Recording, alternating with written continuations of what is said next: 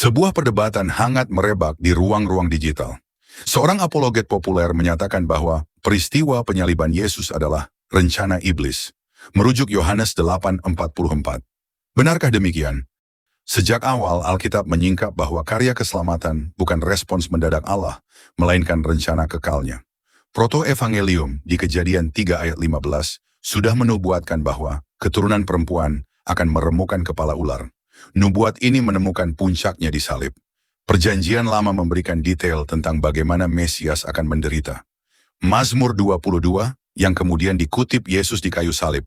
"Allahku, Allahku, mengapa engkau meninggalkan aku?" Melukiskan peristiwa penyaliban ratusan tahun sebelum hukuman salib dikenal di Israel. Tangan dan kaki ditikam, ayat 17. Pakaian diundi, ayat 19.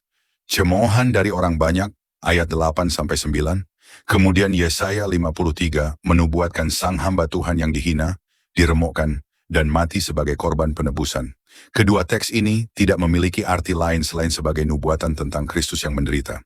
Perjanjian Baru menegaskan hal yang sama. Yesus sendiri berkata bahwa ia menyerahkan nyawanya sesuai otoritas yang diterima dari Bapa. Yohanes 10 ayat 18.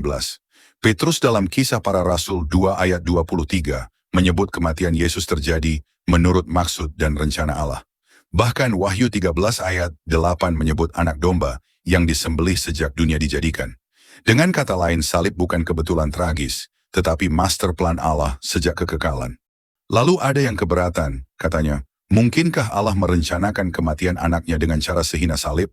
Justru disitulah letak paradoks Injil.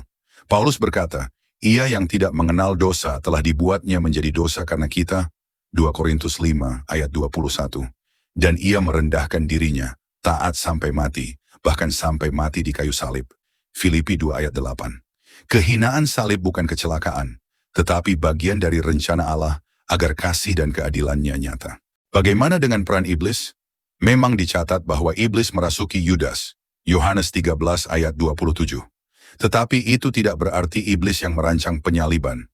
Sama seperti dalam kitab Ayub, kuasanya terbatas, berjalan hanya sejauh Allah mengizinkan. Dalam Yohanes 8 ayat 44, Yesus memang menyebut iblis sebagai pembunuh manusia sejak semula dan bapa segala dusta. Tetapi konteksnya adalah perdebatan dengan orang Farisi yang menolak kebenaran. Ayat ini tidak sedang menjelaskan siapa arsitek salib, melainkan menyingkap tabiat iblis sebagai pendusta. Iblis hanya pion yang tanpa sadar menjalankan rencana Allah. Maka, apakah penyaliban Kristus rencana Allah atau rencana iblis? Jawabannya jelas, salib adalah rencana Allah sejak kekekalan. Iblis memang terlibat, tetapi ia bukan arsitek, melainkan pion yang akhirnya dikalahkan.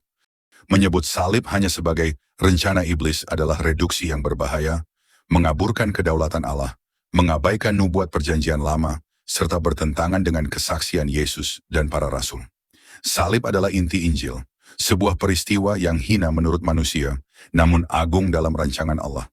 Disitulah kasih, keadilan, dan kemenangan Allah berpadu, menebus manusia sekaligus menghancurkan kuasa kegelapan.